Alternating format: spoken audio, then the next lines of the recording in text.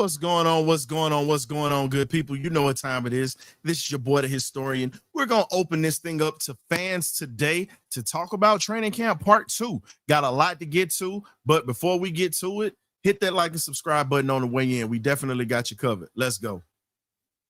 Okay,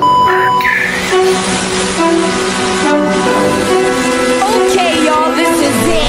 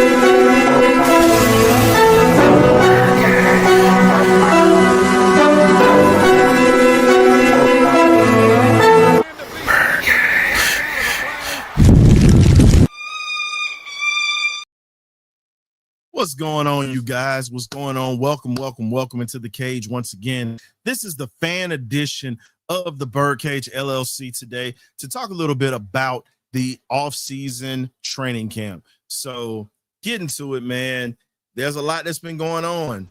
First off, I'm going to start off with a little news that might make Falcon fans a little bit happy today when you sit back and you think about it. And K-Dub will be here momentarily, and we have some other folks coming in. But Christian Wilkins was cut by the Raiders the other day. The reason why this is such a big deal is because of the fact that Wilkins has intrigued, let's put it this way, Wilkins has already garnered attention from the Atlanta Falcons. We're not saying that it's going to happen right off the hand, but there is a possibility that the Falcons could look at this guy and bring him in here with our rotation that we already have.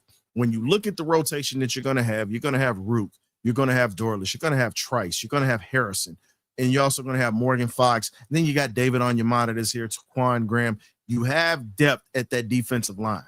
You have a lot of it. And that's not even including the young bucks that we have with Jalen Walker, JPJ, and just everything else that they're mixing right now. So if you bring this guy in, the first thing I'm going to say is, are you going to get that foot surgery? Because that was the reason the Raiders cut him. It wasn't the fact that he's a bad player, because he was a top player coming out of Clemson. And he also was A.J. Terrell's teammate. And this is another thing that comes in handy. You're bringing in a guy that's familiar with one of our guys on the defense, and you have someone who was in battles with this guy and understands what he can bring to the table. Christian Wilkins is still a hell of a defensive player. It's not, I'll say this, he's a lot closer to 30 than he is 21. However, when you look at what he brings to the table, he definitely brings stability, NFL experience, playoff experience at that when it comes to the Atlanta Falcons if he comes here. But just know that the Falcons have been interested in him. They've actually posted articles about it, and it's a rumor, but don't think that Coach Ali has not looked at the fact that Christian Wilkins is a guy that is pretty much familiar with being on a great pass rush.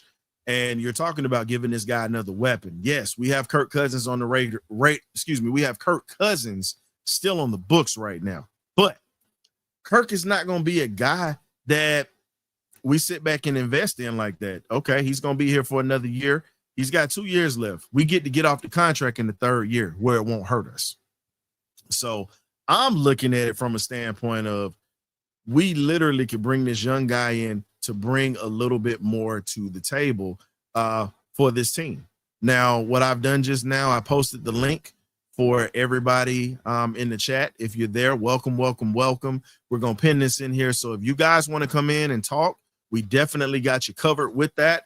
We're also going to talk a little bit about the Falcons. Steve White showed up today. Shout out to the Birdcage alum, NFL vet, and also former Atlanta Falcons beat writer. When you talk about Steve White, she's royalty. You know, we've been blessed to have him twice on this show. And when you see him going out to training camp, it's a big deal because he doesn't go around the league for nothing. So Atlanta has been cooking up something. You guys have been able to go participate. Today, the receivers, we're not going to get into that. Everybody has a bad day. They look crisp on the first day. But again, maybe it's not just the receivers dropping passes. Maybe we actually have a defense that can actually bring some heat when it comes to a pass rush as well as pass coverage. From what I was reading earlier today from some of the beat writers and different things that have been put out, the Falcons have literally started to make it tougher for the offense to move the ball against the ones. And then you have some guys that are really making noise as rookies. Billy Bowman, Xavier Watts, Kobe Bryant, the list goes so forth, so on. A lot of these rookies are already challenging for playing time early. That right there says enough about the talent evaluation that was done and how carefully it was done this year. I like it. I like where we're at. I'm sorry about that. I like where we're at. I like how things are starting to come about. And there's a lot of things positive to build off of right now. Now, you're seeing all the fan energy right now. We're seeing all of the excitement. Of course, this is what it always is at the beginning of the season. Have the optimism because we're going to look good in shorts and t-shirts. Can we bring the heat when the season comes and those bullets are flying live? Are we going to be able to generate a pass rush? Are we going to be able to pretty much put the ball in Kyle Pitts' hands and him live up to the standards that we all had for him coming out as a first-round pick? How does DJ Chalk hold up this year? Because DJ Chalk has had injury history. Go back to his Jacksonville Jaguar days. Good receiver, talented, but pretty much high reward, low risk. We're only giving him a 1-year prove-it deal. Definitely could pay dividends while Darnell Mooney get well. The injury's not that serious because he'll be back within a few weeks. But still, I can't be mad at Mooney for getting hurt because he put effort out. If you know about Mooney diving for a pass to catch, hurt his shoulder, that was what happened. Nothing significant, nothing too serious. He'll be back in a few weeks. Now, you have an opportunity now with an experienced wide receiver in DJ Chalk, and also you got Nick Washington. You have Casey Washington, and then you have Nick Nash, and you got Kadero Hodge. The wide receiver room has a ton of depth. And when you look at how the Falcons are going about it at this point, the Falcons are definitely trying to let folks know that if we lose one, we're going to have somebody that's there that's going to put up. Competition is beautiful this year. Competition breeds the best. Competition pretty much runs cowards out of the way. So you're getting ready to get the cream of the crop this year when it comes to talent and players. This is the Atlanta Falcons team that we've been waiting for. This is the team that we've been waiting to see. We've been waiting to see what competition is going to look like when things are the way that they are and coming back from almost winning a division that's weak. That's what I'm looking at. I see a lot of positive things getting ready to happen, and I see a lot of things that's going to be in a situation to where now we got Jeff Ulbrich. Ulbrich currently is starting to install that 4-3 defense now.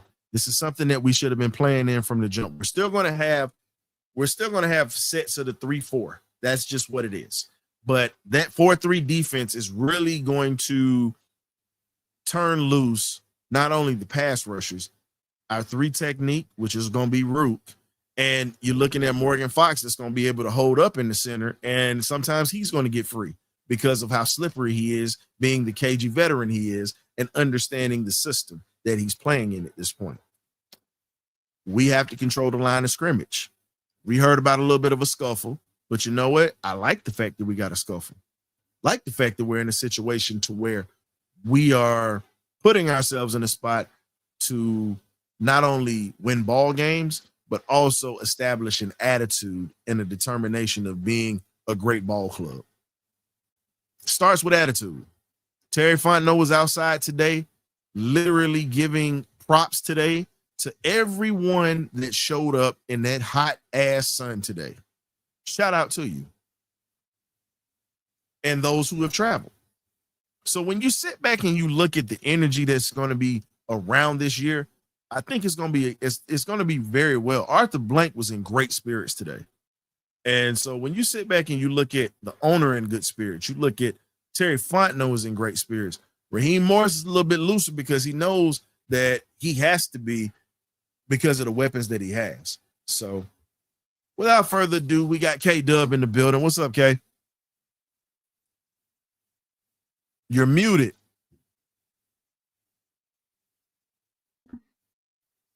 Okay, sorry. How y'all doing, listeners and followers out there to the Birdcage? Good to be in the building with his stories. Just got off the road, got back in here with you guys to chop it up from what I seen out there at Flowery Branch today. Great day to be out there. A lot of fans showed up. I love the support, the energy. It was off the top. So, but I mean, like I said, they really were vanilla. They didn't show a whole lot, but what they did show, I enjoyed what they did show. Receivers could have did a better job of catching the football today, but it is what it is. You got tomorrow's practice and other days to get better. So, but other than that, I'm just chiming in. What topic were you on, his story? So no, I was speaking about the depth that we have and the depth that we could possibly have. When you talk about right now, Christian Wilkinson is a free agent. He was released. And the one thing that the Raiders did was they got rid of him because of that foot injury, and he refused to get surgery. I look at it as if maybe he doesn't want to be with the Raiders anymore. I think you're frozen, K-Dub. There you go. I think he doesn't want to be with the Raiders anymore. And at this point, all I can say is Christian Wilkins would definitely be an added bonus to what we already have. Yes, I want to see these young guys, but I'm looking at it like this. If you can bring in and add depth with veteran players that are still able to produce, that is something that I think is huge, especially, and we have the depth to where if he does decide to get the foot surgery, you pretty much miss a significant amount of time, but we have enough players here to balance that out when he comes back. Because I look at it like this. I see that as an investment. That is an investment. And if you know what Christian Wilkins can bring to the table, Christian Wilkins is a guy that can rush the passer, play the run, and also eat up blocks. So for me, I think that would be a smart move to explore the option because we're getting ready to come off of Kirk Cousins' contract after this season, really. Because think about it, by year 3, we can wiggle out of there and it won't be too much of a penalty for us. I mean, like I say, if we could pull that off, I would love it because, like you're saying, it's like a draft and stash type of situation, even though he's not being drafted. You get a player that's a quality player, you get him a chance to get healthy under our strength and conditioning and rehab program team here in the Atlanta area, and we could do wonders for people programs. Sometimes, I mean, for players' careers, I'm going to say not programs. But sometimes you bring them to a different. Right? It's a program, big dog. Well, they body program. So what I'm saying is sometimes you can get more out of a player than other players, than other coaches can. Sometimes it takes the right person or the right strength and conditioning coach or the right people around you to make you successful sometimes. So that's what they may be thinking about. You were saying earlier when I listened in, Coach Ollie probably was the one sparking that interest in Terry's ear. Like, even though Terry's already looking at the guy, your defensive line coach is like, hey man, say man, hey, I can do something with that. I can do something with this guy. You need, kick the ties. So, you know what I'm saying? It's basically, I can see him coming into his office and putting a bug in his ear, the personality and the energy that Coach Ali possesses, the way he coaches and the way he's passionate about the position and get to the passer, being passionate about the pass rush. So, in that aspect, man, go ahead. You'll never guess who we got in here right now. Who was that? Hey, the man who liked to fire everybody. We got Axiom in the building. We What's got going Big on? Get in here, Victor, baby. aka Axe Handle Will. What's up, Will? What's up? What's up, Ryan? What's up, K Dub? I seen you out there having fun out there in training camp, You man. I see? seen you. You see? Yeah, I know. Let me see your Michael Penner jersey. You got the Penner jersey. Let me see. Let me see the little right hand side of your. Let me see it. Do like that one time. I want to see it. What's that? What you want to see? Okay, okay. Now I want to see your Michael Penner jersey because I had ordered one too. I think I got mine customized. I got mine off of eBay. I was just trying to make sure because them things is sold out, man. I was trying to get me one of the Yeah, white yeah. ones. I It get them was off of hard. eBay. It was hard. Oh, the conductor. It was hard for the conductor to get this now. You know. Yeah, yeah, yeah, yeah. Hey, look, And I we, What y'all went like to talk searching. I about? had to go searching for this thing. and we got Okay. Jaden and Yeah. we got Big Jaden in the building today as well. Hey man, What's look. up, man? What's up, Jaden? Hey, hold Appreciate up. you Hold going the on hell social up. media, man. Hold the hell up. Hey man, we talking Falcon football. Take that Laker mess off. We talking Falcon football. Whoa, This yeah, ain't okay, hold Lakers. up, hold up, hold up, Oh hold on. man. Where my hawk stuff at? Hey, we ain't doing this today. Come No, on, don't we hit me ain't with doing that. this Come. today. Oh Lord. We split up in here. Hey, we don't I we don't guarantee need them hawk get handed to we them don't like none, this we year. don't need none of that bad luck up in here, man. You have to take that off. Man, so I'm just messing around. But so here's the scoop, fellas. I started talking about Christian Wilkins or whatnot. We know the Raiders let him go because of a foot injury. Me and K Dub already talked about it. When you look at how he produced and was a top draft pick coming out of college, out of Clemson, one of the top players, goes to the Dolphins and balls out. Now he's with the Raiders. I don't think he wanted to be there. A lot of people don't want to be in Las Vegas right now because that whole situation is a transition at this point. Max Crosby only stayed because they paid him. Max wanted to leave. So Max was one of the ones that did look at Atlanta. But now you have a chance to possibly look at a guy. Okay, he's got a foot injury. He can rehab, have the surgery, rehab, and give him time because we have depth here in Atlanta right now. We have depth. The question I have for you guys is this. I'm going to let Jaden start off first because it's been a while since he's been in and we got Will coming through. Jaden, if you have a chance to get a player of that caliber, and he's not 30 yet. He's still under 30. Right. He can rehab and get back, and we have depth. Would you take a swing at it? And what do you think he would bring to this team? You know what? I would take a swing at him. And the reason why, because he's a veteran. You know, he can help the young guys out. And I mean, at this point, what do we have to lose at this point? I want to win. That's all I care about. You know. Man. Will?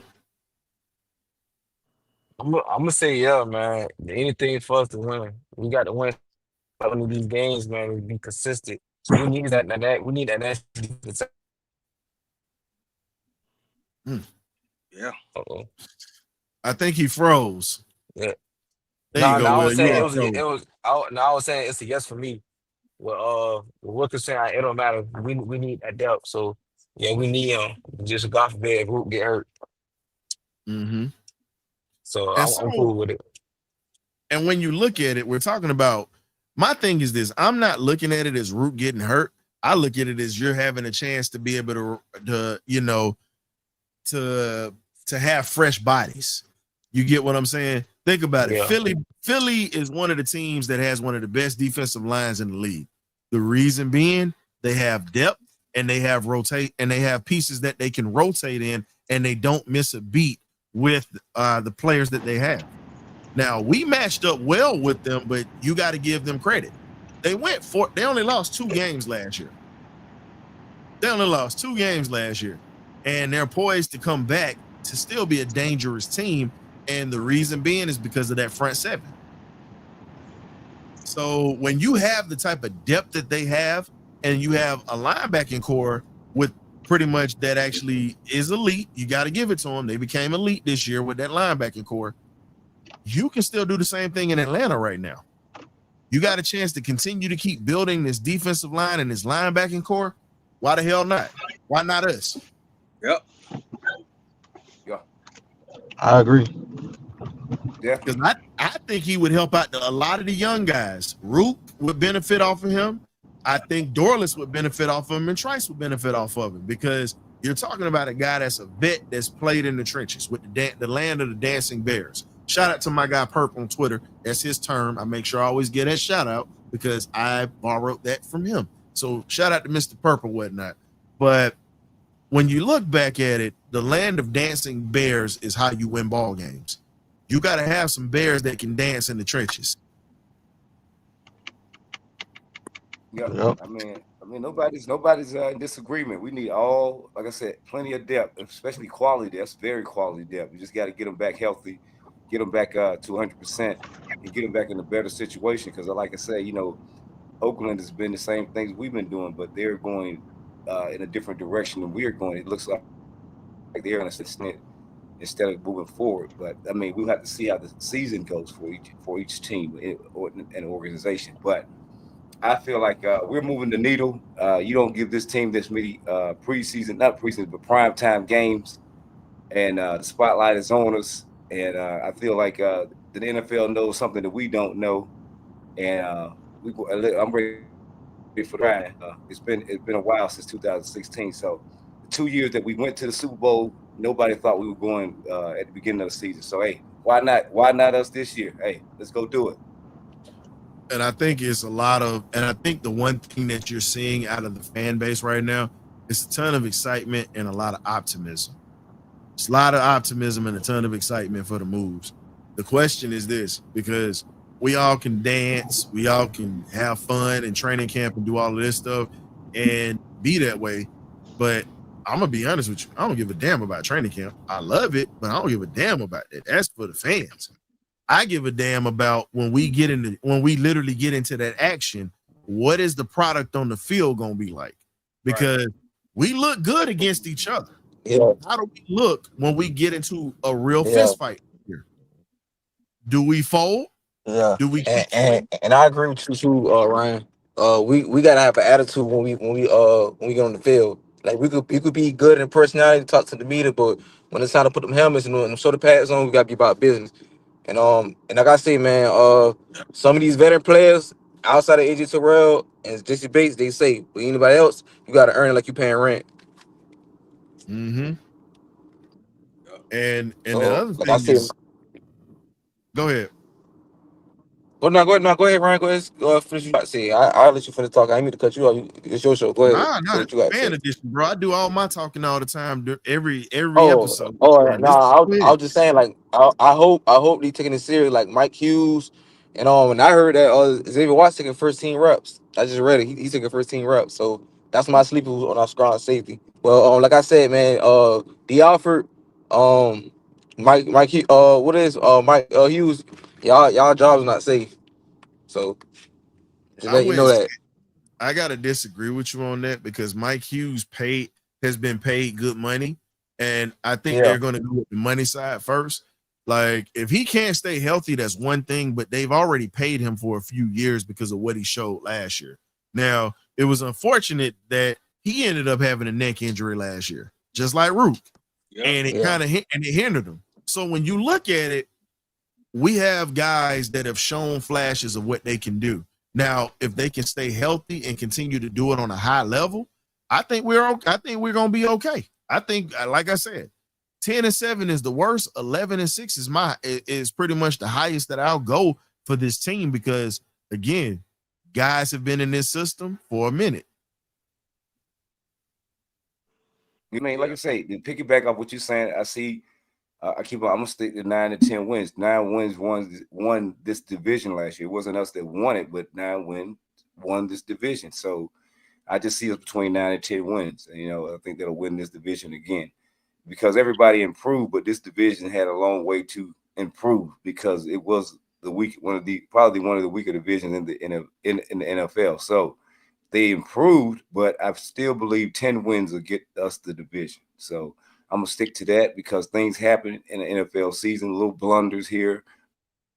This drop passes like they dropped them today, which they were catching them Thursday, but today you're doing a lot of dropping. So things happen in the NFL, and I believe we'll drop some games, but we'll come out of there with 10 wins, and that'll get us the division, get us in the playoffs. And then, like I said, once you get into the playoffs, it's anybody's trophy, man, about who can stay healthy, who's the healthiest, and what team is the hottest. Hopefully, we're the hottest team going into the playoffs when that time comes, and then we can make our move then. And like I say, it's any team's trophy at that time. So that's how I look at it.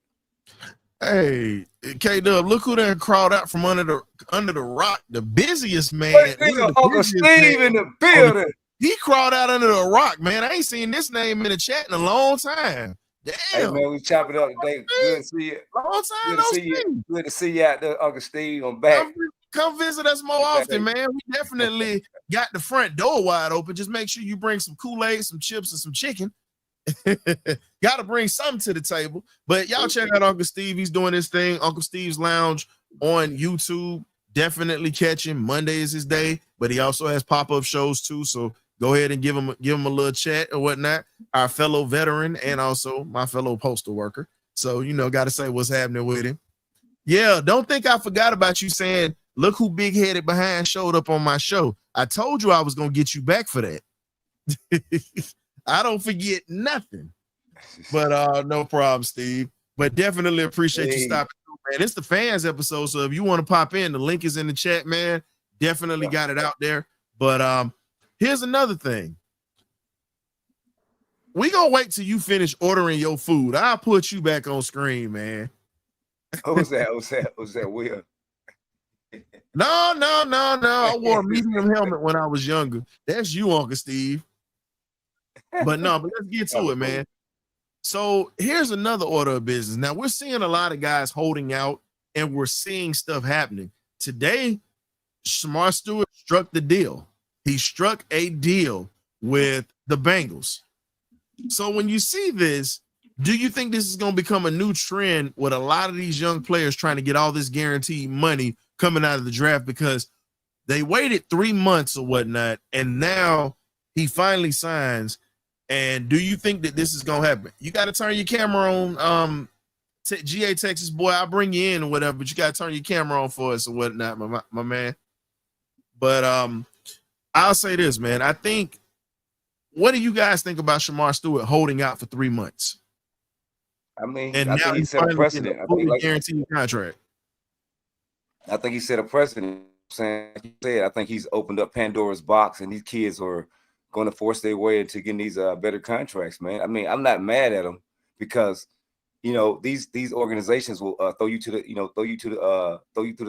wolves if you or whatever it may be. They'll cut you and do all kind of things to you, trade you. So I'm not mad at these kids going to get their money. They did the same thing in college and got NIL money coming to them. So yeah, man. Hey, look, these owners need to be paying up anyway. These owners need to be paying up. They pay up in the NBA. These contracts are guaranteed, and we need better for NFL players. I'm a big NFL and football fan, and I'm all about the players getting their just due as far as compensation, as far as the money they deserve out there hitting, cracking heads, man. Because our sport, football, is a lot more contact and a lot more dangerous than basketball. Why are their contracts guaranteed, but ours not? So they can do stipulations where you don't maybe make as much as basketball players, but they can make these contracts guaranteed. That's just my opinion, and I'm standing on it.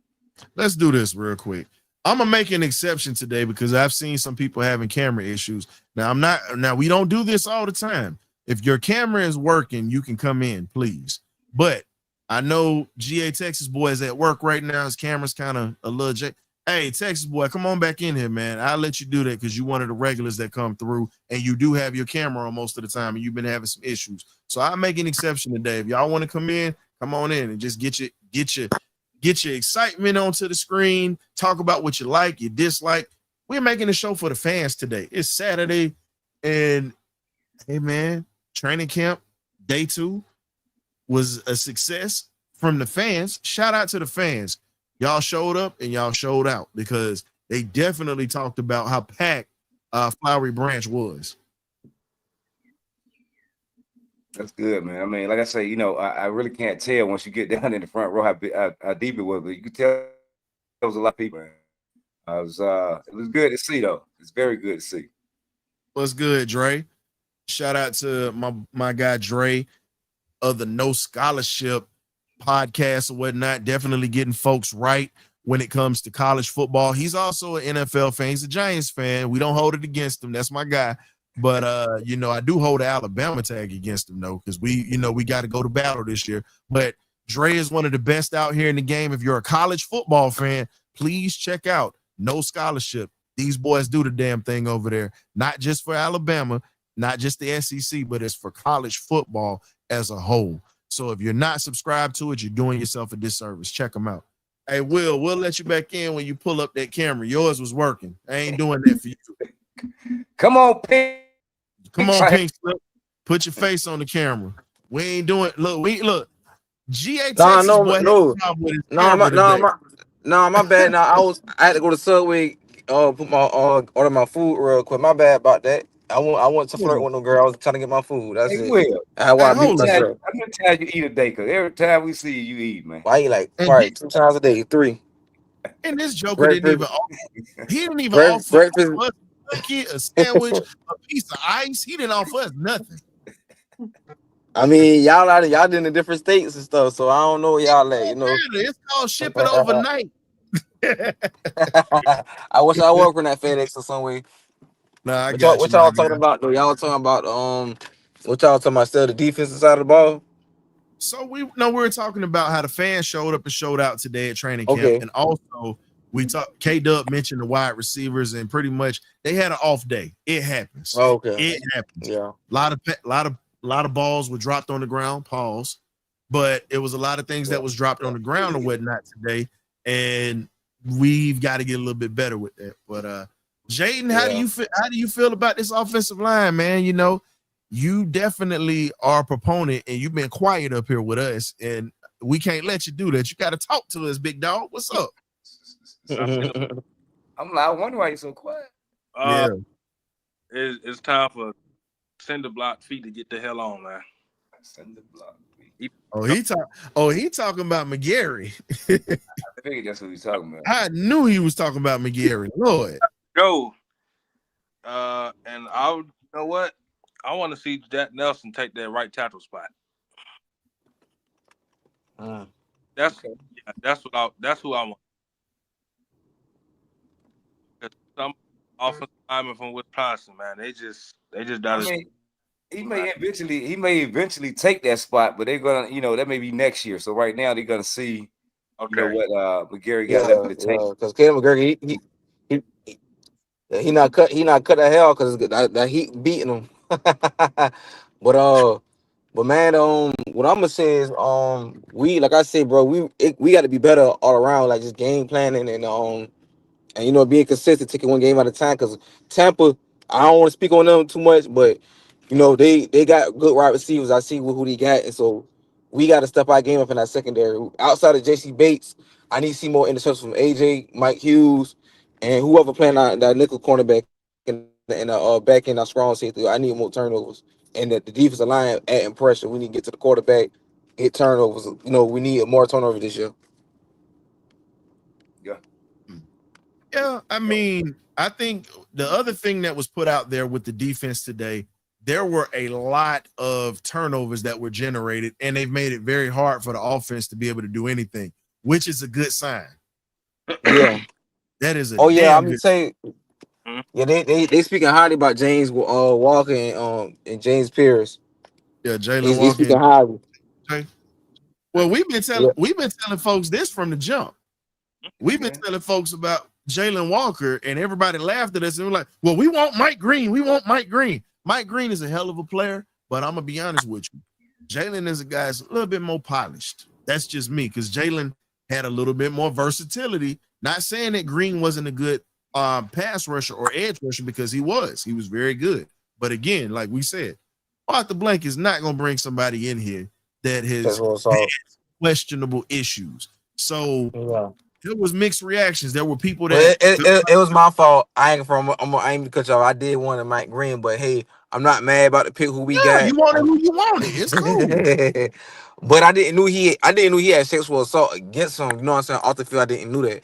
So I mean, if he ain't had them characters issues, I think we probably could have got him. But like I said, I look at the competition. Like you said, it's all about competition, who you play in your conference. And we got 2 dogs who play in the SEC. So I'm not knocking that. So we was dead last back like plenty years, 8 years, and pass rush 31. So we got to prove that this year. So I think the sky's the limit for the team. As long as we stay healthy and we just take one game at a time. And we keep telling people the thing is the one thing that you can't replicate. You can't replicate a guy just getting to the quarterback and just going after the passer. You can't replicate it. That's something that you're born with, or you just become great at because you've worked so hard at it. You know what I mean? Yeah. And when you look at JPJ is one of those guys that how can I put it? If I got to compare him to somebody, I see a lot. Talking about size-wise, speed, get off. I see a little bit of Chuck Smith in his game, but he's a hell of a lot more violent. Yeah. Chuck Smith was a violent man too. Now, don't get it twisted. But JPJ is it's a different kind of attitude with this kid. And we watched him. He was one of the top in the country and had the highest percentage pass rush wise in the SEC. Percentage wise, he was getting back there. So what he has to do now is get the speed of the game down, get his playbook down, because here's my thing.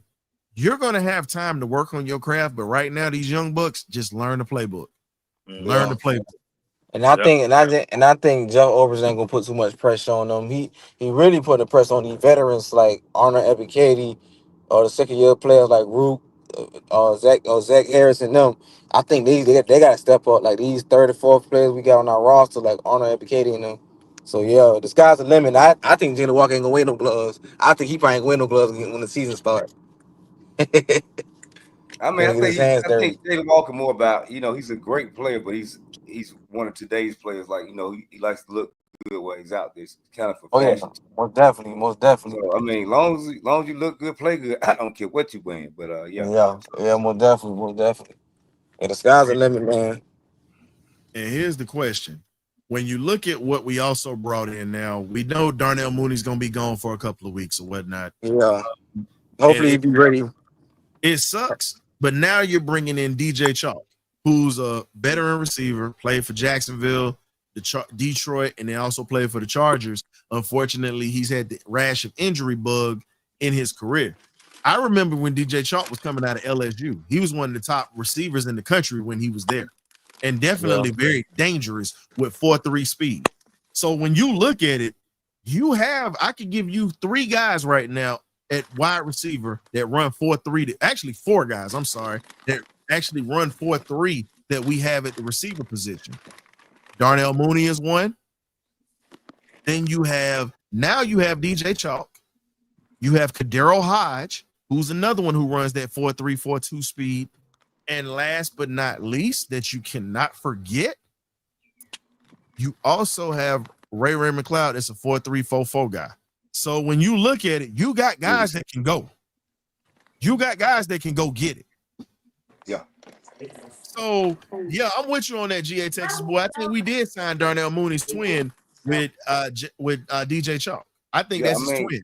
We're looking at makeup, though. We're looking at the makeup, what fits our team. Like I say, I think our personnel and scouting department and front office are on the same on the reach now. I think they were off on the wrong pages before in previous seasons, but I think they're finally, ever since this draft, man, and hitting on all the cylinders, man. I think they got the right people in there right now. So going after the DJ Chark, you got somebody in the analytics department that looks at these guys, or he's looking at the same kind of attributes, same kind of style, size, stature, and speed. So, I mean, like I say, they're doing that and going back to that well and going back to that attribute type of player. And here's the thing. I don't know what the heck happened. There we go. I don't know what the heck happened just now. But, hey, man, we got the East Side Resider, Mr. Larry, a.k.a. the Gator fan up in here.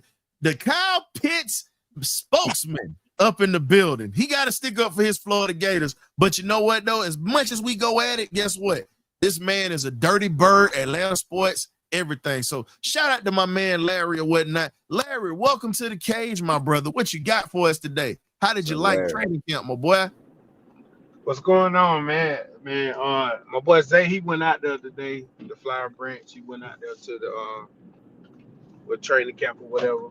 Man, these folks on the east side are crazy, bro. But now, yeah, man, I think we The offense look explosive. Kyle Pitt look like he finally got a quarterback. Look like this the best quarterback he done had. In my opinion, you know me. But I look. I already know you because guess what? You always mention how Kyle Trask was putting the ball in the breadbasket for him. yeah, yeah. I Mm-hmm. think this, So I mean, I think so many weapons, bro. I think I think this the most talented team we don't have since just on paper put it together since Super Bowl run. Offense, defense, Yeah. special teams, everything. So I think we all around we're all around better team than we have been. Even though the offensive line need to step up in certain games and stuff. But yeah, I Mm-hmm. think this the most talented team we don't have in a long time, bro. Top to bottom. Larry, you getting ready to love what I'm getting ready to say because here's my thing. You know I'm never gonna like anything that come up out of the swamp. It's only one player that I got to watch during my time that I like still to this day. I had utmost respect for him as a ball player because I loved his game, and that was Joe Hayden. I loved Joe Hayden's game. Now, I'm going to be 100 with you on this, and y'all see this and y'all see me talking live. I'll never like the Florida Gators. I will hate them to the day that I die, but I will tell you like this. If somehow they can unleash Kyle Pitts this year, and I'm one of his harshest critics because I expect excellence from a guy that is a Mackey Award winner, a guy that was an all SEC player. I expect that from him because he's got the game. It's not that I just rag on him. I think he has talent, and I think we need to use him in the red zone a lot more this year coming up this season. So, Larry, I'll tell you the honest to God truth, bro. I really believe that if we use him in the red zone more, our people, because he's definitely a dangerous target. Larry doing the same thing you was doing just now, Will. My dog, he's in the drive-through. But outside of that, how do you guys feel about now that you have speed on the outside and you're seeing what Kyle Pitts had when he was at Florida? Because you got to remember that wide receiver core they had. You had Van Jefferson. You had what's my man's name? Kadarius Toney, who we wanted at one point before he had the dropsies. And then you also had Freddie Swain, precise route runner. You have guys that opened it up for him, and you saw what Pitts could do when he had the middle of the field to operate or he had open space. He was definitely hard to stop. How do you feel this wide receiving core that we have now can really open things up for Kyle Pitts this year for him to finally have a chance to show what we all would like for him to have, opposed to him just playing for a paycheck?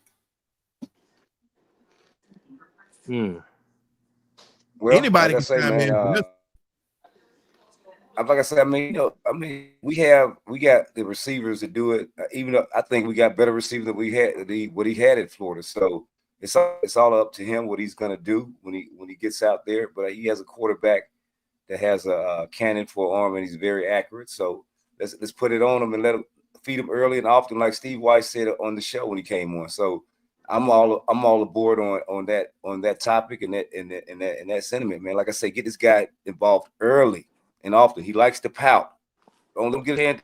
I want you, dirty bird dancing, you need to do to get yourself involved and be great because we need you. If we're going to be successful, get those 10, 11, 12 wins that everyone's screaming about, we're going to need Kyle Pitts to be successful on the field. So I'm looking for him to have a breakout year, even a better year than he had when he went to the Pro Bowl, because it's a contract year. If you can't do it in a contract year, Cal, then I don't know what year you can do it in. You got the most motivation you had. Like I said, you did a great interview with Uncle Shay them and the guys over there at Nightcap. So I mean, he looks like you're ready dialed in. Let's see what's gonna happen, man. Like I say, he's talking the right game because you're gonna play the right game. So I'm looking forward to do it great. So if you don't do great, we ain't gonna do great because we need you to be at a Pro Bowl level. We don't just need you to be 500-600 yards. We need you to play at a Pro Bowl level, man. We need you to play great out there, like one of the better tight ends in the league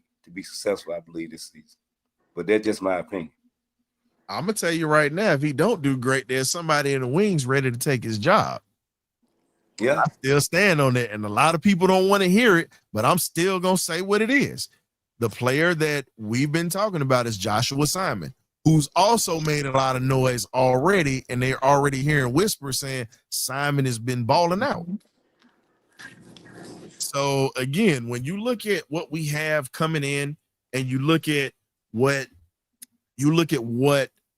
this offense could be, I need Pitts to have at least 7-8 touchdowns this year. That's my goal for him. I want 8 tutties out of him, and I say probably 750 to 800 yards. That's what I expect, because we're going to be spreading the ball out, and I think he could be a big-time weapon in the red zone, which he already should be. Drake is going to be that. He can be that. Mooney can be that. All of our receiving core minus Ray McLeod is all over 6 feet tall. So you have a basketball team that Penix can just throw up a jump ball and only they can go get it. That's where I'm at with it. Yeah. But yeah, a lot of people sleeping on Josh Simon. If you haven't seen Simon play, please check out his footage. I put him out before the draft. I also talked about him when we got him. I said, hands down, you got a monster that's in the making right there. And Joshua Simon is a beast. Mm-hmm. You know, look at Ryan Newsom, our center. Undrafted, moved up, and now he's a starting center. And he got signed on a contract this year. So anything can happen.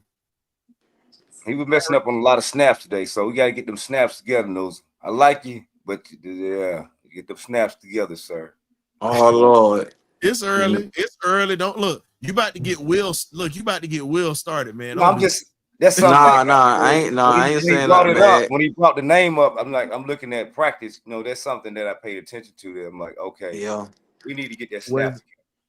So here's the question I got for you. Now, you're speaking on the snaps that were bad or whatnot. Were any snaps mishandled by Penix? Now, I know you're a Penix fan too, like all of us in here. But again, were any snaps mishandled by Penix too? Because again, they got to have that connection. That means from both of them. I mean, he has to snap it properly, and Penix has to receive it properly. So on both of them, even though I'm the penny train conductor, I got to make mistakes also. I got to ask or whatnot, because again, we know snaps been bad the past couple of years. It hadn't just happened now. It's been bad for the past couple of years with our offense, and it wasn't just with this one. We know what happened with Ritter and them boys. We know what happened with Whiteside and Mariota, how the snaps were horrible. That's why I'm sitting back like, we also got to, they got to get on the same page. But it's just, like I said, it's just day 2. I mean, I'm just going out my observations. The days I was there, boots on the ground. It looked more crisp on Thursday, and then today it has some hiccups, but it still looked like they looked good. But you got guys were dropping passes, and I seen about 3 snaps were mishandled, either on the noozle or either on Penix. So they got to just get things worked out. That's training for, and I think about week 1 we should be all right. Nando, you a fool for that. Yeah, but I did hear Raheem say he started some starters in preseason this year. I did hear him saying that earlier. And we had I think we had the what's the dude who be on your show, Ryan? What's the dude who would? No, I'm telling you, he with the NFL Network. Steve White. Yeah, he went up there today. I seen him talking with the Falcons, but he was saying the Tampa's the team to beat, so gotta be ready around week 1. But here's the thing: they're the team to beat because they own the division. But the thing is, we've swept them. Hey Jay, we only can see the top half of your head, man. Bad dog. There we go. There we go. No, but think about it. Tampa got swept last year by us. We screwed up losing that Washington game, which would have pretty much put us in the playoffs. But the game that hurt us, where we could have sealed the division, was losing to the New Orleans Saints. That was the game that pretty much gave Tampa new life. We win that game against New Orleans, it was no way in hell they get the division. I had to argue with a fan earlier. He was like, Tampa's gonna go 13-14 win. I said, hey, any team can get beat any given Sunday. So I said, hold your brakes, because y'all defense is not all that good. Y'all have a front 7, but that secondary is not all that good now. Outside of Antonio Whitfield, who does he have? I kept it real with one of the fans. He just kept going on. I like, bro, we're going to the playoffs regardless. This team is loaded. But Tampa's got to load it. Even though I know you saying that, Will, Tampa loaded up on their team too. They're not going. They are a loaded team. No matter how you look at it, they are a loaded team. And when you sit back and pay attention to what they bring to the table, they're a very formidable opponent. The team that's the wild card in this, and it's not us and it's not Tampa, is Carolina. I keep telling everybody this. Carolina is the dangerous team out of everybody that has no expectations. But guess what? They got players over there, and they got a damn good quarterback over there too. Yeah, because I like the receiver they went and got Tet. You know what I'm saying? I watched a lot of him in college. He's a bad man. They compare him to Drake London. I see our secondary have problems with this guy, man. So that's just my opinion. But my thing is with him, we have to put Xavier Watts on him. At least we have to put a safety on, basically a safety on top. Just make sure we AJ Terrell shadow him. I want AJ to shadow the biggest receiver they got. I understand he had difficult, but I need AJ to put press coverage and jam up and get to that 2021 version. With this scheme, I think AJ gonna lock stuff down his way. I'm just worried about the corner two, Mike Hughes spot. That's guys. But this coaching staff is the guys that brought AJ in, so they know him well, and they'll do the most. So I just need them to turn your head around this year, because last year we had a lot of pass deflection, but we need them to turn your head at the right time when our ball coming. They got to look up, But here's the thing, though, what makes that dangerous when you say that. It depends on the wide receiver, because it's certain receivers you can only neutralize them. You're not gonna stop them. Like a Justin Jefferson, you ain't stopping. Jefferson showed that last year. Jamar Chase, you're not gonna stop him. You're gonna slow him down, but he's gonna get his. When you talk about elite receivers in this division, Mike Evans has had his way with the Falcons since day one, since he showed up. That's the guy that even if he has a bad game, he still gets off. It doesn't matter who that you have in front of him. I think he's going to the Hall of Fame for some reason, man. He done had a good career. He is going. He's going. That joker, man. He came in the league to terrorize this and just be consistent. He came in 2014, I think. 2013 or 2014. Been consistent. I don't think he had just one bad little year. I don't think he had no bad year. Here's the thing. What put him on the map was when they beat Alabama with Johnny Manziel. Yeah. Remember that game? That was the game that made America know who he was. Unfortunately, Unfortunately, Tampa decided to take that dangerous player, because that was a Kirby Smart-led defense for Alabama. That was a championship-winning defense at that, and Texas A&M had their way with Alabama that day. They had their way with them that day. And Johnny Manziel's Heisman Trophy came because of that game. So Mike Evans pretty much helped Johnny Manziel get a Heisman Trophy. And now that you put him in the league, Mike Evans has played with Jameis Winston, played with Tom Brady, played, a little bit with Kyle Trask, and now he's playing with Baker Mayfield. So when you look at it, and I know Jaden's happy about that because Baker Mayfield's a guy that came from Oklahoma. You just hate to see him against us. But we got there's a couple of dogs we got to see that's in the division, unfortunately. But it is what it is. But I think Mike Evans is a Hall of Fame player. First ballot at that. When they said it done, we decided to hang it up. And I seen so much of him because he playing out the division, man. But he's been a tear. He's been on a tear. So think about the receivers we've had in this division. You had Slant Boy in New Orleans. Yep. We had Julio and Roddy, Harry Douglas here. Then you go to Tampa. You look at the fact that they've had a consistent baller in Mike Evans. You got Chris Godwin over there. Don't forget Stephen Smith too, Jr. from Carolina. That's the only right they had. Oh, I hadn't got to Carolina yet. I was on Tampa. Steve Smith, Muhsin Muhammad. I mean, when you sit back and you look at that, this division has been spoiled with wide receiver play. A lot of people just don't give this division the credit, but this whole division has had great wide receiver play in every team. No matter how bad it was, you saw great wide receiver play. Every division can't say that. Every division can't say that. We can say that we've seen at least 4 or 5 guys that's going to be Hall of Famers. Literally. We can say we watched 4 or 5 guys that are going to be Hall of Famers. Yeah. And, you know, Steve, and even though Steve Smith is with NFL Network, you still can see a little bit of that rivalry and a little bit of that blood that was, you know, that little bit of that bad blood that's still there. Yeah. Much as I hated the Carolina Panthers, I love me some Steve Smith. I ain't gonna even lie to you. Small receiver, tough, and will put hands on you if you think it's sweet. I love Steve Smith. Yeah. One of my favorite in the game. Definitely.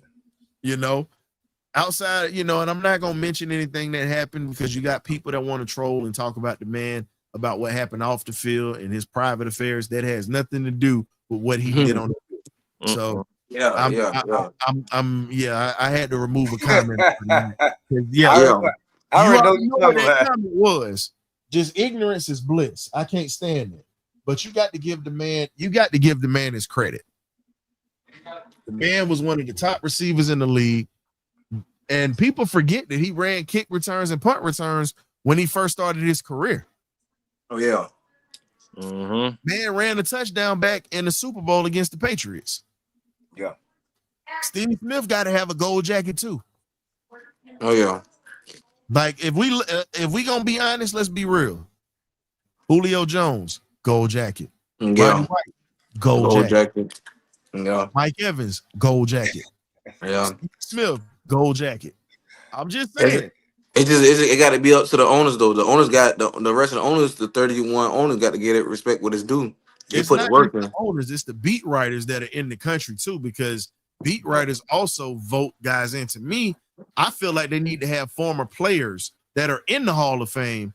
Yeah. I think they need to have Hall of Fame players judging and having a criteria and a say-so of who's Hall of Fame worthy and who's not. Beat writers, and it's no disrespect to any of the beat writers out here, such as Mr. Steve Weish, Myles Garrett, journalists, D. Orlando Lever. This is no knock on y'all. But truthfully, y'all don't need to have a vote. It needs to be the guys that played the game, not the guys that were there. You need to have the guys that played the game and had boots on the ground and understands what it's like to play at that level. That's just like me. Yeah. I can't sit here and try to critique you about writing for a syndicated newspaper or working for a big time network or a big time publication. I'm just a small fish in that pond. And really, I'm not even a small fish. I'm more of a tadpole right now. Oh, yeah. Nah, let's keep it real. I'm still working to try to get to that level, to the level that they are. And what I'm saying is, I think if you're going to have voters, I think you need to have the voters to be the guys that played this game. You need to have the Hall of Famers are the ones that vote people in. That's who needs to be the voters. Yeah. Not newspaper writers, not journalists, not television personalities. They don't need to be the ones to judge. The hell? It needs to be fellow players that are doing this. Guys that were all pros, guys that might still watch the game, but I think it needs to be Hall of Famers voting Hall of Famers in. That's just my opinion. Yeah, I think that probably would be a better assessment. You give them the same players. I mean, you can have the NFL, give you the candidates, but you let that. I like that. You let people that are in the hall, like who you think should get in because you're in the hall. You made that you crossed that threshold. But I kind of like that idea, man. I never thought about it in that aspect, but I like that idea. And here's the other thing: when you sit back and you really believe in what we see and what this team has, I'll be honest with you. Whether you want to give him his credit or not, Jake Matthews is gonna have a gold jacket one day, just like his dad. A lot of people don't understand it, but Jake Matthews is going to have a gold jacket one day. When you look at the durability that this man has had, when you look at the years that he's put in Atlanta and how he's been consistent and he rarely missed time, I think he's gonna work his way into a gold jacket one day, but I think he's gonna be one of the ones that get talked about later in life, unfortunately. But I think he's gold jacket worthy. That's just my opinion. Yeah. So because he if you ever look at it, you don't see him giving up many sacks. Yeah. And he's a hell of a run blocker too. Yeah, and Ryan, how many mobile quarterbacks we played this year? We played 5 of them or 6? I think 5 I mean, or 6. the league is mobile, man. I mean, Yeah, I'm not saying everybody mobile, but I'm looking at who the schedule. I Like, I mean, know. if you look Hey, at the Mark, league, what's up, everybody man? can move. They might not be Mike Vick fast. Everybody's moving in this league. If you be in this league for long. So we gonna throw it up here. Got to say what's going on. Give a special shout out to A1 Forever Sports, one of our guys, Chris Tip, A1 More, definitely doing his thing with Smitty on the sports machine. Shout out to those boys. They grind very, very hard over there to bring not only Falcon material, but they also bring Braves and Hawks material to you too. So please support those good brothers out there that's getting it in as well. So here's the other question I got for y'all. Now, we talked about the Hall of Fame side of things. We talked about the secondary yesterday, but we got to bring it back up. Billy Bowman, Xavier Watts have been getting reps with the starting team. What is that telling you about the depth in that safety room at this point? Because D Offer's name hadn't even been mentioned in this training camp. If y'all have been paying attention, I'm gonna say it, man. I said this that the rookies that we drafted, we had 4 stars already. I hate to say it, the Alpha kept getting tortured. When we get to the Bronco games, Tate don't lie. Tate never lies. So the tight ends kept eating D Alford, and then the strong safety spot, we never had somebody to guide the own outside of JC Bates, because JC Bates had put the dirty work in, had to cover and had to tackle. So I'm glad for the Xavier Watson getting the first rep. So I told him it's competition. Nobody's safe outside of AJ Terrell and JC Bates. So they deserve it. And these do start.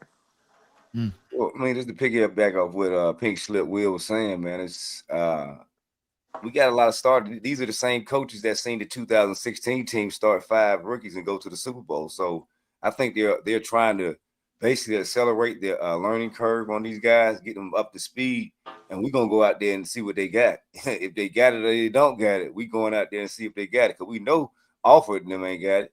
So like I said, they was out there running into each other, getting crossed up and everything last year. So as an organization in the front office, it was great for them guys to show up and show out, give away free bottles of water and all that stuff. But hey, man, these fans, all the money that we pay, we want wins. And that's all we, like I said, the job line, you know what I'm saying? It was great for the fanfare and everything out there to meet Terry and get his selfies taken, but we got to get wins, because you guys your job is on the line. I believe they clean house and get rid of everybody if they don't get into the playoff this year. That's just my opinion, but we'll see what happens. But I agree with your opinion, because how many general managers do you see stay? And I brought this up the other night on the show. You don't see many general managers staying in long if there's no playoff wins. There's only one guy that I know that did that. You got to give it, Chuck Noll. Chuck Noll was my example, because he was the head coach as well as the GM, because he was scouting that team. He was scouting the legendary, God rest his soul, Bill Nunn, who's a Hall of Fame scout. He was bringing them in. So if you look at it, they built that team piece by piece, starting from Mean Joe Green, going into, your Terry Bradshaws, your Jefferson Street, Joe Gilliams, your Lynn Swans, and John Stallworths, and those guys. And Mel Blunt. Can't forget about that SU alum, baby. Can't do that. But when you look at it, Terry Fontenot has done his job by bringing in pieces. I'm stepping out on a limb. I'm taking my podcast host or journalist decorum off for a second. I'm going to be a fan with y'all for about 2 minutes. So y'all getting ready to see a little bit of this fandom real quick. Arthur Blank, you be a damn fool to let Terry Fontenot go at this point. You be a damn fool. And I'm saying this as a fan. not as a guy that's hosting the show. I'm speaking from a fan side of things. This man literally was aggressive this year. He was trying to be aggressive last year. He tried, but it was picks that he just didn't get. But this year, Terry and that scouting department hit a home run. They brought in great pieces, and they brought in competition. Now, if Raheem can't get this done, send his ass packing. I will drive all the way down from Philadelphia, Pennsylvania. Not Pennsylvania, if you get what I'm saying. I will drive down from Philly. I will purposely go to this man's house. I will load up the U-Haul for you. You don't have to pay anybody to get him up out of there. You can just give me $100 and a ball cap, and I'm good. I will get his ass the hell up out of Atlanta for the fan base. I will do that myself. Yes, I will do that. I will load him up and get him the hell out of here. So, and this is if he can't win with this talent. You gave him the coach. He's got Ulbrich back in here. You got Coach Ollie in here. You got two of the best to go along with Jerry Gray. Offensively, you got a great young mind with Zach Robinson, who's still learning. And then you got waiting in the wings, you got DJ Williams, a.k.a. Doug Williams' son. He's the quarterback coach. Kid understands the game. So all I'm saying is this. Artavius, ain't no way in hell I want Isaiah Bond to come to the Falcons. No, All sir. the damn props. You out your rabbit. No, sir. Hell no. But now I feel you, Ryan, because I heard him today. He was saying he want to stay in the moment. He wanna do better in game adjustment. He said I want to do the problem right then and there instead of waiting for halftime. So we got some viewers. I guess he must be watching your show, man. I'm looking at it like this, man.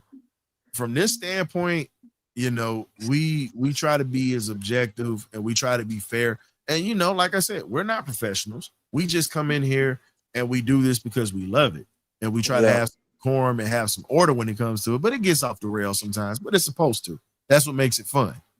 But when it comes to this,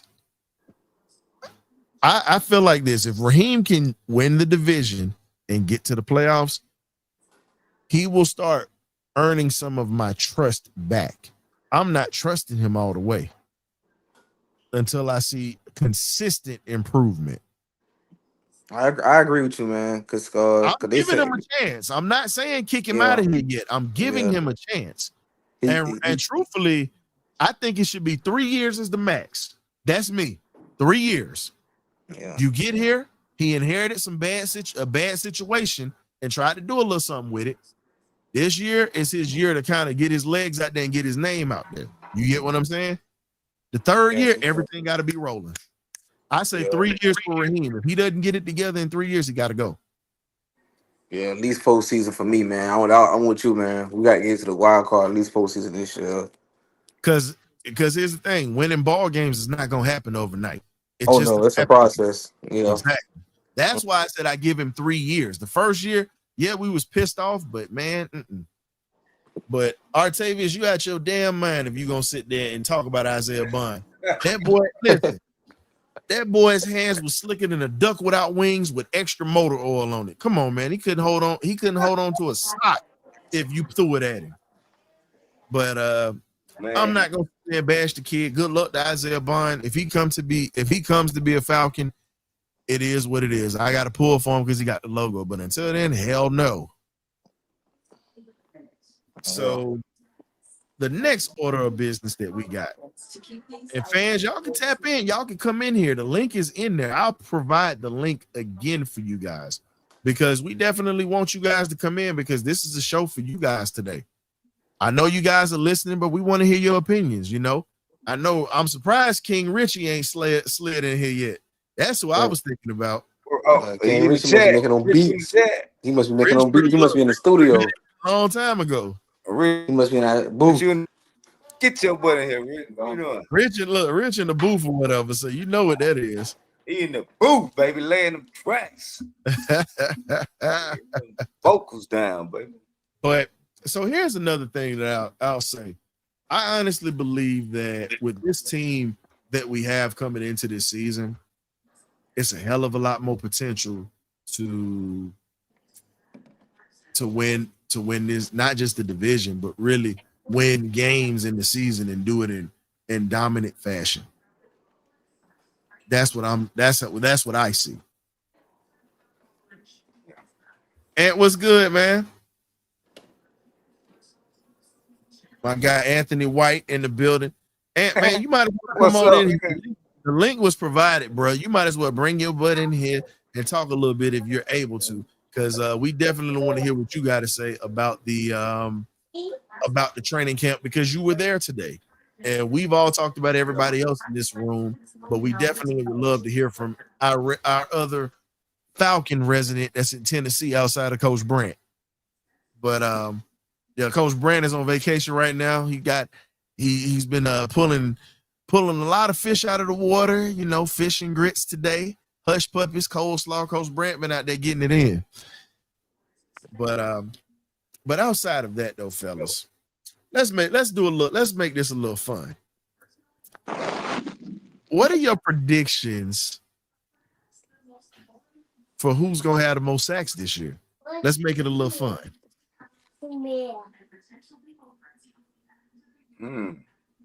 Well, that's a hard question. What you mean, like as a whole team, as a what? It could be any position. It doesn't matter. Anybody No, on the no, defense.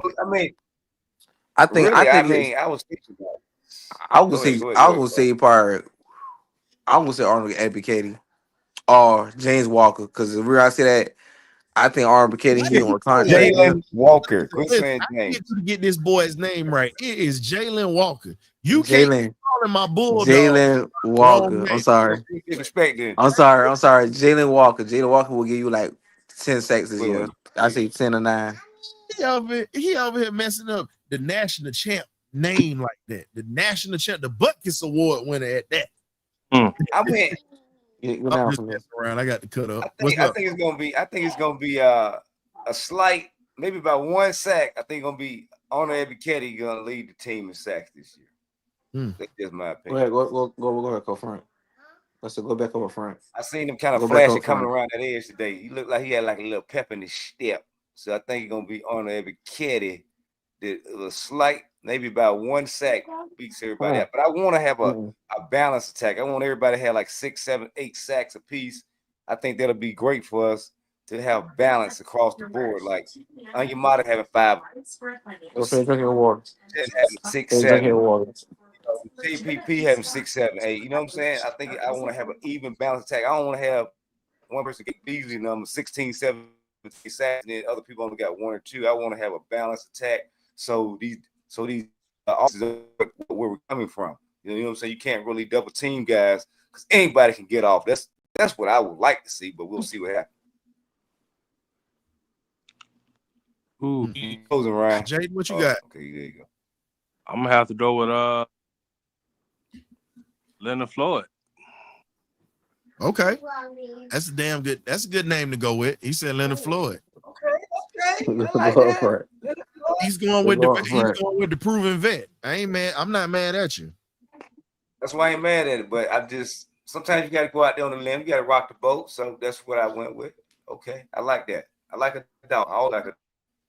I'll say this: the guy that I believe that's going to be it, and I know I'm gonna get killed by my fellow Bulldog fans for choosing this dude, but for some odd reason, I got a feeling that JPJ is going to be that guy that's going to lead the team in sacks this year. I want Jalen Walker to be the guy. I want my Bulldog to do it because I want bragging rights. That's why I want him to do it. But to be honest, the way that they're going to use Jalen Walker, they're going to use him in the role of Michael Park. They're going to have him all over the field.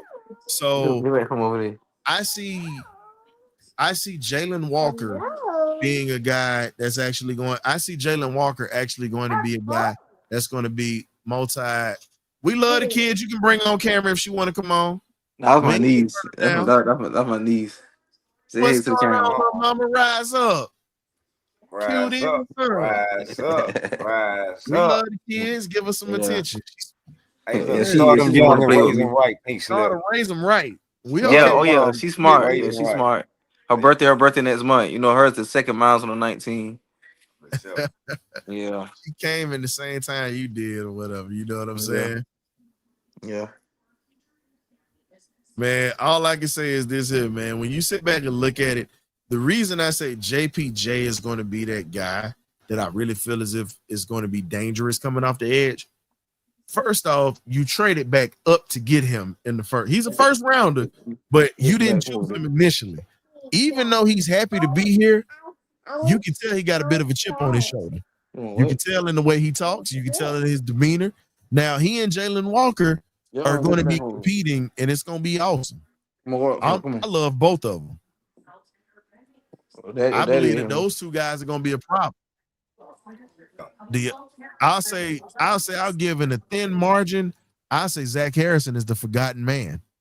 I think Zach Harrison might be another one who might get off, if you want to be honest. I like that pick too. I was gonna choose between either him or Ebiketie, but I went Ebiketie. But I did have that thought, like you just said, because those guys are. Sometimes it takes time, a little bit of time to develop. You get into a slow start, like Jalen may take a couple games to really just get that feel and get the speed of the game, and they may come on late. But those guys had time to know what the NFL is about in Ebiketie and Zach Harrison. I think they'll be able to come off week one, get that. So, but I mean, I could be wrong. We'll see how it plays out. Those are some great. Everybody has some great, basically players they picked out that could be leading the team. We'll see how it goes. It's great. It's great to just try to figure out who's going to be before the season starts, get going. I just want everybody to stay healthy, man. We've already had Mooney go down. My main big thing is screaming is health as well. So we need BB people to be healthy to make anything happen. We can't afford for anybody else to go down. I'm glad that he'll be back before the start of week one. But, the Mooney situation is just something else. Somebody could go down tomorrow. So we see what happens. I want to have great prices. I'm not worried about really too many people dropping balls, but I can't do anything about these injuries. Once you're not on the field, you're not productive to the organization or the franchise. So my thing is continue to stay healthy and move forward, man. And I really believe that things are going to, as we say, I think things are going to open up. The question is this, man. I really believe that when we look at the sack total, you got 5 edge rushers right now. That's just nasty with it. And then here's the thing. We don't know what Trice is going to be like, because Trice is going to be used on the outside and also used on the inside. So again, we have multiple players that have already been looked at, but NFL Network, ESPN, they already have JPJ is pretty much considered the defensive rookie of the year. They're already dubbing him that. They're thinking that he has the potential to do so. I'm gonna be honest with you, K-Dub, I would love for Jalen Walker to get that, because you know what? I just feel like we get bragging rights. We get bragging rights over these Gator fans because we got to hear, well, Kyle Pitts was a Pro Bowler. Okay, we'll step one up for you. Our Bulldog was Defensive Player of the Year. That's what I want to be able to walk around messing with Gator fans with that. I love them as Falcons, but it's just bragging rights. That's all. I told you I was going to be a fan for a little bit. I want him to be successful too, but I know that he's playing that position where you got to get adjusted to the offensive lineman in the NFL. I mean, these guys are very crafty, grown men. Like we always speak about, they got the grown kids and kids at home pay 2 or 3, 4 baby mamas and stuff. So they got on their second wives and everything. So you got guys ain't playing to play with you. You might have came out the SEC, but they came out the SEC. They might have came out the SEC 3, 4, 5, 6 years ago. They like, hey, you were all SEC. I was all SEC because you in the NFL now. So I want him to be successful, but it takes time to catch the speed of the game. Some of these guys come out and show out, week one. I hope he's one of those kind of guys. So I want to have the bragging rights also, but I also know that sometimes these passes always hit right off unless he's another Michael Parsons. That's what I hope he is. You know what I'm saying? Crazy. Here's what's crazy about it, like you said. When you talk about guys catching on and you talk about the speed of the game, and we want it. We want him to come out and we want him to go guns blazing. But when you look at Jalen's really, like he's going to be used in the Michael Parsons role. So he's not really going to be able to just go after the quarterback like that. Yeah. Yeah. I see you saying he could have to drop in coverage. Sometimes got to pick up on tight ends, running backs out the flat, stuff like that. That's the reason why I said I got James Pierce getting all those sacks, because they're going to be sending Pierce literally like a howitzer missile going to the quarterback. Yeah, Yeah. I can see that. Pierce is I could just see that. Go ahead. no, man. Go ahead, bro. No, I was saying I was just saying I could see him using a lot of multiple situations. Like he's going to draw a lot of attention. So once Jalen Walker draws a lot more attention because he's different facets and ways because he's so versatile that JPJ will be able to just get off. You know what I'm saying? And he's gonna be like you say, he's gonna be a solo mission. His mission is go get the quarterback. Go get the quarterback. You keep it simple for him. He pin his ears back and go get the quarterback. Now Jalen Walker's gonna have a lot more on his plate, even in his first year, because he's used to a lot being on his plate at Georgia, playing multiple positions, playing this way, playing that way, playing all over the field on the defense. So I think just by that being alone, with him having one solo mission is he'll go get the quarterback. I do believe you're right in that aspect, historian, that he will outpace Jalen for sacks. We don't know. I don't know if that'll be lead the team, but I think he'll outpace Jalen in sacks, James Pierce Jr. I do believe that'll happen. So here's a little something on Christian Wilkins. Nick Walters, who's a respected journalist or whatnot, and definitely works for the Las Vegas, pretty much Las Vegas sports Tribune around that way. Here's the thing. Christian Wilkins pretty much had an incident with a teammate. That's what happened. And the Raiders aren't going to really leak anything. And here's the thing. This league sources told Josiah Anderson for that. So when you look at Josiah Anderson, that right there should tell you enough. Well, I mean, NFL Network, he's the one who leaked it. He was caught in the locker room dancing, and he's supposed to be hurt. So you didn't know that. That's what he got caught doing by their team cameras in their locker room. How you dancing and busting a jig, but you can't get out here and play? So that's how they looking at it. That's what led to him getting released. But remember what I said earlier. The man might not want to be in Vegas either, because you got guys who will sit there and they'll pull malingering acts. Not trying to say he was malingering or whatnot, but hey, if the shoe fits, wear it. Yeah. So and I can tell you right now, he apparently wanted to leave.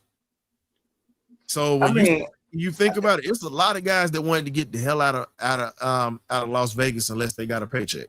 That was it. Yeah, I feel. But lastly, we're gonna do this here, and then we're gonna go ahead and conclude the episode today, because we see more people are actually listening today, but they're not really involved. They'll be more involved later. So I'll say this, man. When we sit back and we look at this team as a whole, the energy is different. Wide receivers have depth. Offensive line has been solid. And we talked about that.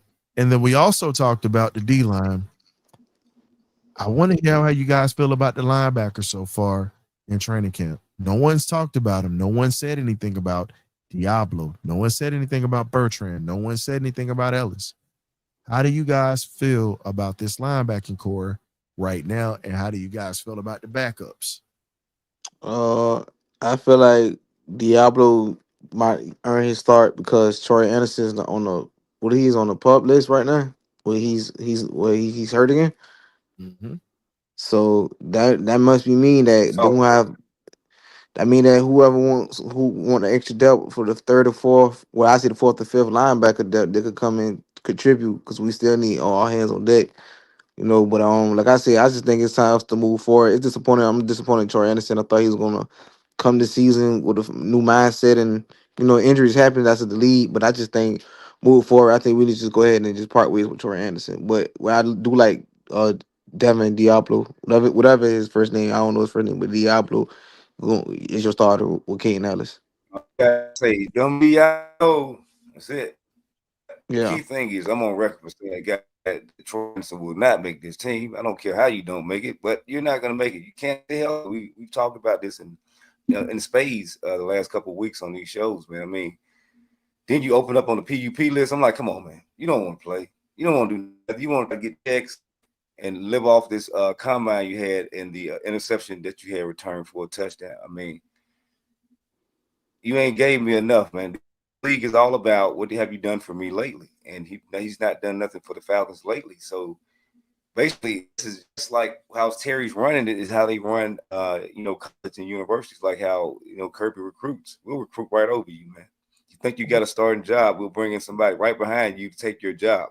It's all about, are you going to come out and put in the work and do the things that you're supposed to do to start and do the things for your body in the off season to be ready by the start of one. Apparently you're not, because at the start of training camp, you're still hurt and you're always hurt. So we need to get better guys available than unavailable. But that's just my opinion on the guy. I wish him the best, but hey, I'm tired of holding on to players too long. I would rather get somebody, saying maybe they get cut from another team, but they're healthy, but they just didn't fit in with another team, or Diablo, where it may be. But I can't keep having guys on the nurse and on the sideline, nursing injuries all the time. And we need guys that are healthy. That's why I keep saying we need a healthy team to win any Super Bowl. You got to have depth, and you got to have luck. You have to have good injury history. Not no a lot of injuries, especially not a lot of season-ending injuries like we had last year with Trice and DeMarco Hellams and people of that nature. Yes. Okay. Well, for me, I look at it like this. When you talk about this team all the way around, I think we're in a position at this point where you just have to see what these linebackers are going to do. If they stay healthy, I think you have a chance to really make some noise, because if the linebacker play is there, you got players in the front that's going to help. We got depth in the secondary. What is our linebacking core going to look like? Are we gonna bring in more linebackers and bring in more depth? Because again, we are literally looking at Trey Anderson already being down. We have to have more available bodies that are not just available, but bodies that can play. That's what we're gonna need. Oh, I forgot me to say they moving what's his name? The inside linebacker, Malone. They put him as the inside linebacker. Maybe this might be the area where he shines, because when he was in college, he was pretty much outside linebacker, edge rusher. Yeah. But that room is crowded. So guess what? You got to learn how to play another position, because he's been a special teams ace. Yeah. He's been a special teams ace for this team. Can't take that away from him. But what we need from him, if he's going to be a middle linebacker, maybe Jeff Ulbrich can bring it out of him, because they apparently see something in him that they like. Now, the guy that I feel like should be gone, Felipe Frank's ass don't need to be here. Period. I think he just a camp body, man. If he makes this team, I'm gonna slap myself. Well, they're gonna have him as the third. I guarantee you, he's gonna be he's listed as an emergency quarterback as well. Okay. Oh no. I hope we don't have any emergencies. No, but here's the thing: you got to prepare for it. Now, one thing I got you. He wasn't great at Florida, wasn't. Now, when he went to Arkansas, I got to give him his credit. He got better at quarterback, but not saying that he's a great player. Yeah, that's what you're saying. He's serviceable, and he also can run. That's the other thing. He can run. He's not going to be a statue. That is something that the kid does possess. So I can't sit there and just trash him like that. Hey, it's what it is. But to me, I feel like that's a guy that should not make this roster. That's just me. But definitely appreciate y'all boys for coming in. We're going to have more pop-up sessions during training camp or whatnot. Got the regular show coming up Thursday. And we're going to talk a little bit more about this Falcon football, man. We definitely appreciate the fans for tuning in. Thursday, 8 p.m. You know how we get down. You either get right or get left. Will, thank you for coming through. Appreciate you as always. Big Jaden, thank you. K-Dub, appreciate you taking some time out. Now you can get you some grocery and get you a chance to rest after that long day up in that hot sun. My boy, you done got a couple of shades darker. Oh man, hey man, hey look, ain't that too small to a giant, man, for these Falcons, man. I do it again. Like I say, I love to sweat, love to be hot. It is what it is, man. I had a great time chilling with everybody. If you out there listening, man, I had a good time with everyone.